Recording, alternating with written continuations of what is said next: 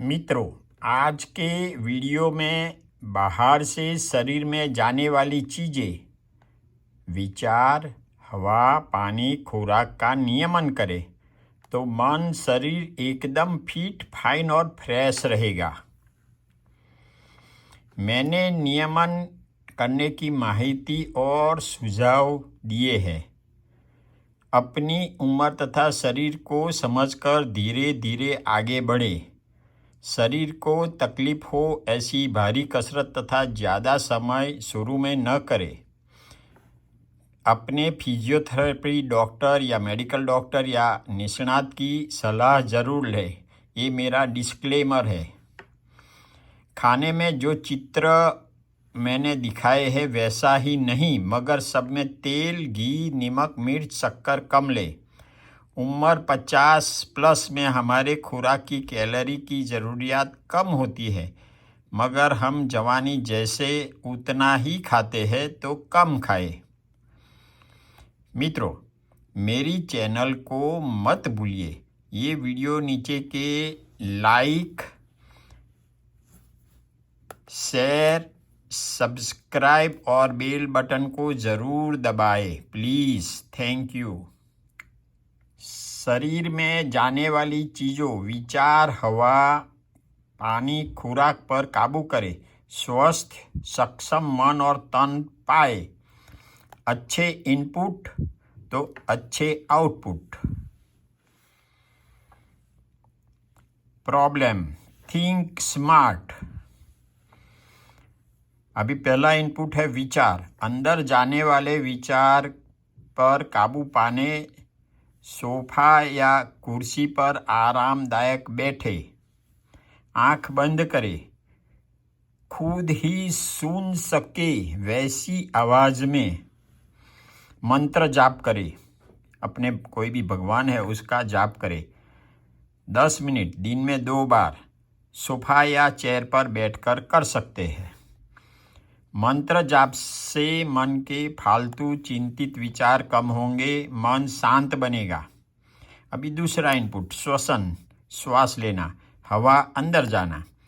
प्रवृत्तियों में हम श्वास अपने आप लेते हैं, ऑटोमेटिक होता है। प्राणायाम से श्वास का सभानता से नियमन होता है। प्राणायाम के बहुत प्रकार है, मैं 2-3 यहाँ बताया है आपको प्रैक्टिस करने के लिए। एक है कुंभक, बहुत सिंपल है। श्वास को जो है वो ही स्थिति में रोक देने का। श्वास अंदर है, बाहर है या बीच में है, फिर बाद में 5 सेकंड या मन में 5 गिनने का। ऐसे 5 बार करें, दिन में 5 बार करें। ये कुंभक प्राणायाम है, रोक दिया। फिर ये है अनुलोम विलोम प्राणायाम। तो यहाँ से श्वास लिया, फिर यहाँ से निकाला, यहाँ से लिया, यहाँ से निकाला, ऐसे ऐसे ऑल एक हुआ। ऐसे 5 राउंड करने का, दिन में 2 बार।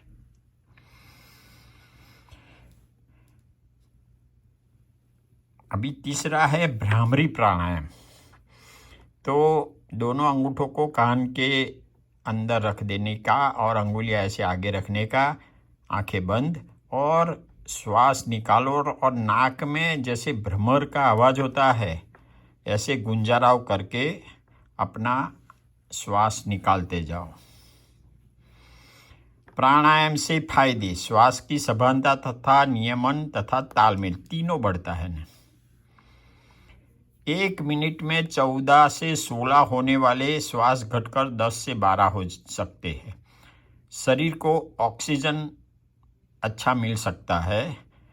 भ्रामरी से मगज को हल्की सी ध्रुजारी वाइब्रेशन मिलेगी, जिससे मन स्वच्छ और शांत होगा। 24 घंटा जन्म से मरण तक चलने वाले फेफड़ों को मजबूत करो। तो ये फेफड़े को मजबूत करने की सब कसरत है। ये फेफड़े है, यहाँ अंदर एल्वियोलाई भी होता है, और ये स्नायु है। तो ये स्नायु को जितना मजबूत करोगे, जैसे बाहर के स्नायु हाथ पैर के है वैसे, तो उसमें पहली कसरत है कि ये ऐसा इंस्ट्रूमेंट, इंस्पिरेटरी स्पाइरोमीटर बोलते हैं, वो फार्मेसी स्टोर में मिलेगा आपको। फूंक खींचना है और ये बॉल एक के बाद एक ऊपर जाना चाहिए।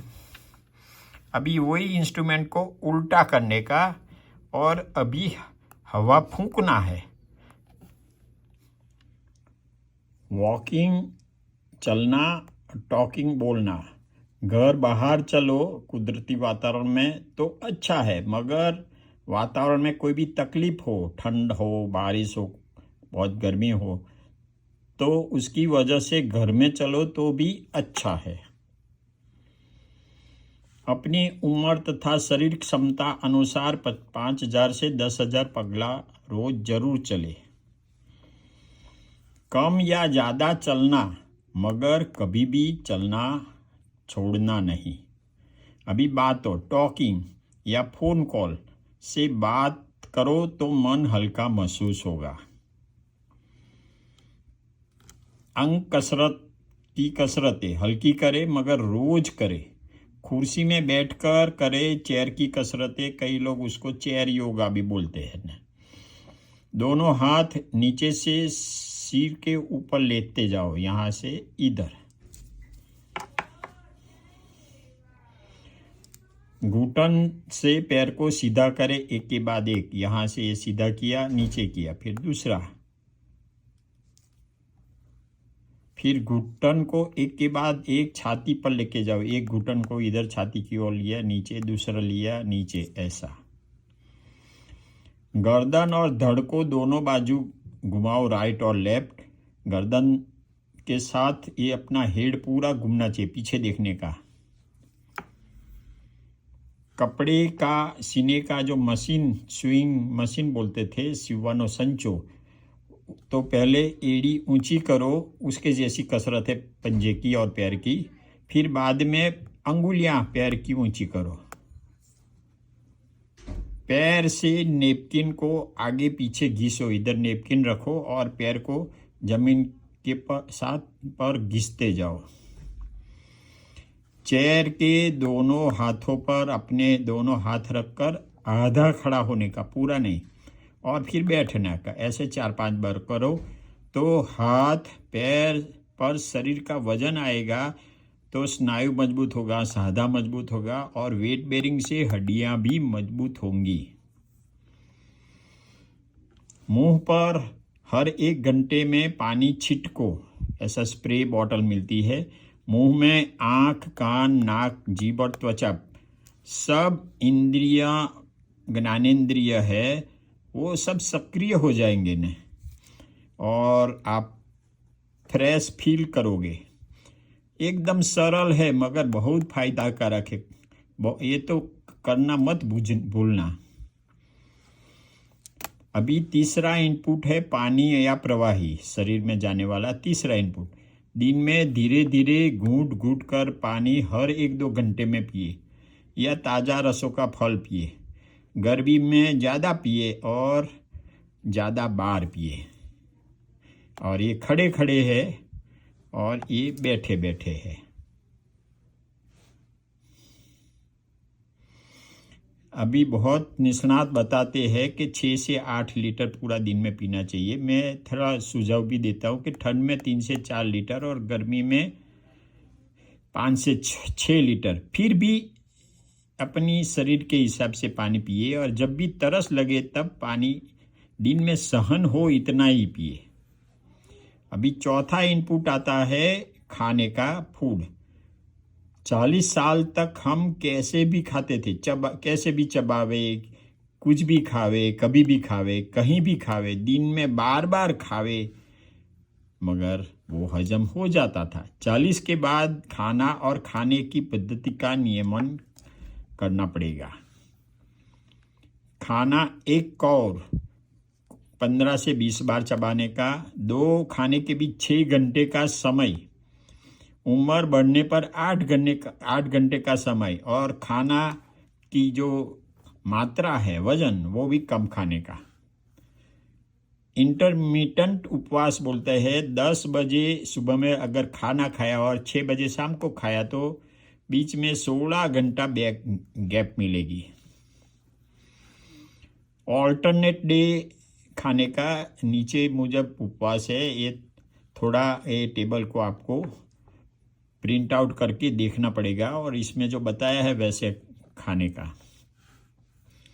आधा दिन का उपवास, ये अपने हिंदू धर्म में तो बहुत सारे उपवास आते हैं, मगर हम फरार करते हैं तो बहुत ज़रूरी है तो करो, मगर कई लोग तो ऐसे ही फरार करके जो रोज़ खाते हैं उससे ज़्यादा खाते हैं। नहीं तो दिन में एक ही बार खाने का, उसका मतलब है फास्टिंग से आपको फ़ायदा मिलेगा, कुछ नहीं खाने का पानी के सिवा दिन में। डायबिटीज़ दर्दी का खाना मैं बता रहा हूँ, आपसे सहन हो वैसा डॉक्टर की सलाह मुजब खाना। डायबिटीज़ दर्दी को खाने का सुझाव है, दर्दी को 4 या 5 घंटे के गैप दिन में खाना पड़ेगा, क्योंकि उनको ज़रूरत होती है बार बार खाने की। 7 बजे नाश्ता करो तो 5 घंटे के बाद लंच लो, 4 बजे नाश्ता करो और 8 बजे डिनर करो, और फिर आपका शरीर जैसे कहे वैसा खाओ, मगर कम खाओ। डायबिटीज़ दर्दी का खाना क्या खाना है, ऐसा करके मैं बता रहा हूँ। तो हर खाना या नाश्ता पहले सलाद खाना, नंबर 1 मोस्ट इम्पोर्टेंट।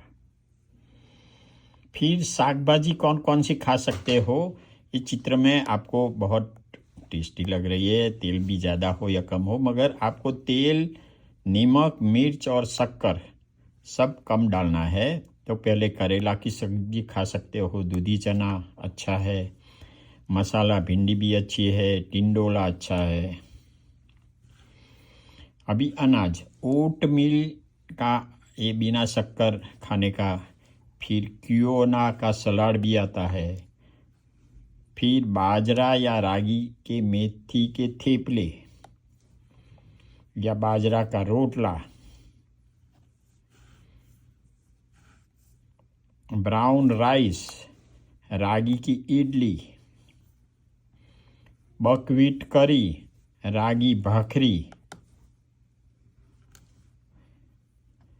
लास्ट में मैं बता रहा हूँ, मन के संतोष के लिए स्वादिष्ट तथा मनचाहा खाना खाओ, मगर कार्यक्रम जो खाने का आगे कार्यक्रम बताया है स्केड्यूल, उसके साथ खाने का और बहुत कम खाने का। कभी मन, क्योंकि अपना मन भी तो ऐसा है कि जब तक अच्छी चीज़ नहीं खावे तो संतुष्ट नहीं होता है, सटाइटी बोलते हैं इंग्लिश में। अपने भगवान को याद करके ये सब करना, कसरत करना, खाना खाना। शुभेच्छा।